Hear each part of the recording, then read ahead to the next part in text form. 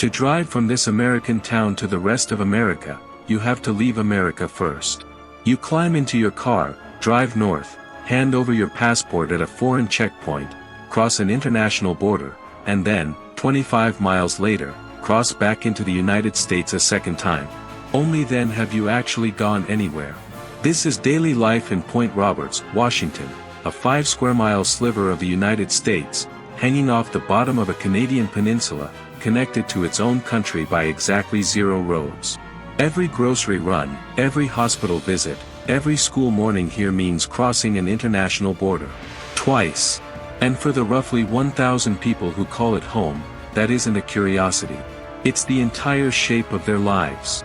Point Roberts sits at the very tip of the Tawasin Peninsula, jutting down from British Columbia into the Strait of Georgia, water on 3 sides, Canada pressing in on the 4th. On a map, it looks like a mistake. A tiny American thumbprint, stranded on the wrong side of the line, with the actual United States nowhere in sight. It is what geographers call a pene-exclave, technically still attached to its home country by land, but only by cutting through someone else's territory first. There are a handful of these scattered across the globe. Almost none of them are this small, this populated, or this stubbornly, permanently American. To understand how a piece of the United States ended up marooned behind a foreign border, you have to go back to a treaty signed in 1846, one drawn by men who were looking at a map, not the ground itself.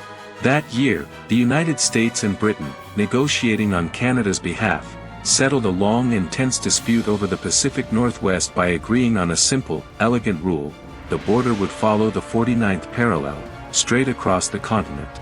On paper, it was clean. On the ground, it sliced clean through the tip of a peninsula nobody in London or Washington had bothered to walk. A few miles of land, mostly forest and beach, ended up on the American side of that line, cut off from every other American mile by water and by Canadian soil. Nobody in 1846 seemed to notice, or particularly care. The peninsula had already been named decades earlier, in 1792, by the British explorer George Vancouver, who called it Point Roberts after a fellow naval officer. For years, it was little more than a name on a chart, unremarkable enough that nobody thought to question which side of a future border it might fall on. Settlement didn't really begin until the 1850s, when the Fraser River Gold Rush pulled prospectors and fishermen north, and salmon canneries sprang up along the point to process the enormous runs moving through these waters. For decades, that was the whole story, a remote fishing outpost, technically American, practically forgotten, valuable mostly for what swam past it. Nobody was building a town here expecting it to matter one day where exactly the line on the map had been drawn. But lines like that don't stay harmless forever. As the 20th century went on and Point Roberts slowly grew from a fishing camp into an actual community, that accident of cartography stopped being a footnote. It became the single fact that would define everything else about life here: how residents shop, how their kids get to school, how their local economy survives, and eventually, how vulnerable this whole town would turn out to be. Here's what that accident actually looks like today. There is exactly one road in and out of Point Roberts, a single border crossing, opened back in 1914, linking Point Roberts on the American side to Tawasin, British Columbia, on the other. Every single person, every delivery truck, every ambulance, funnels through that one crossing. There is no alternate route. No back way. If that checkpoint is closed, backed up, or simply having a bad day, Point Roberts is, for all practical purposes, an island. For the roughly 1,000 year-round residents, this shapes almost everything. The town has its own elementary school, but only through 3rd grade. After that, there's no public option left inside Point Roberts itself. Most families send their kids north into Canada and back on a school bus that crosses the international border not once, but twice a day, every single school day, just to reach a high school in the town of Blaine, Washington, which is, geographically, closer to Point Roberts than any part of Point Roberts is to itself. Grocery shopping means driving through Canada. A hospital visit means driving through Canada. Even visiting family a few miles away, as the crow flies, on the American mainland, means handing over a passport, twice, in both directions. There isn't a single traffic light in Point Roberts, no chain stores, nothing resembling a city, just one American grocery store, a couple of gas stations, and a whole lot of houses. Step outside at night and there's no glow of streetlights, no distant hum of traffic, just the sound of frogs in spring and coyotes somewhere in the dark. It feels less like a town on the edge of a country and more like a nature preserve that happens to have an international border running through its parking lot. And the town's economy runs on the very people who complicate that border. Somewhere around 3/4 of the homes here are owned by Canadians, vacation properties, weekend escapes, a slice of British Columbia beachfront that happens to sit on the American side of an invisible line. For over a century, this arrangement worked. Point Roberts stayed quietly, permanently dependent on its northern neighbor, and nobody thought much about what would happen if that dependency were ever suddenly cut. Then, in the spring of 2020, it was. When COVID-19 hit, the United States and Canada closed their shared border to non-essential travel almost overnight. For most border towns, that was an inconvenience. For Point Roberts, it was closer to a siege.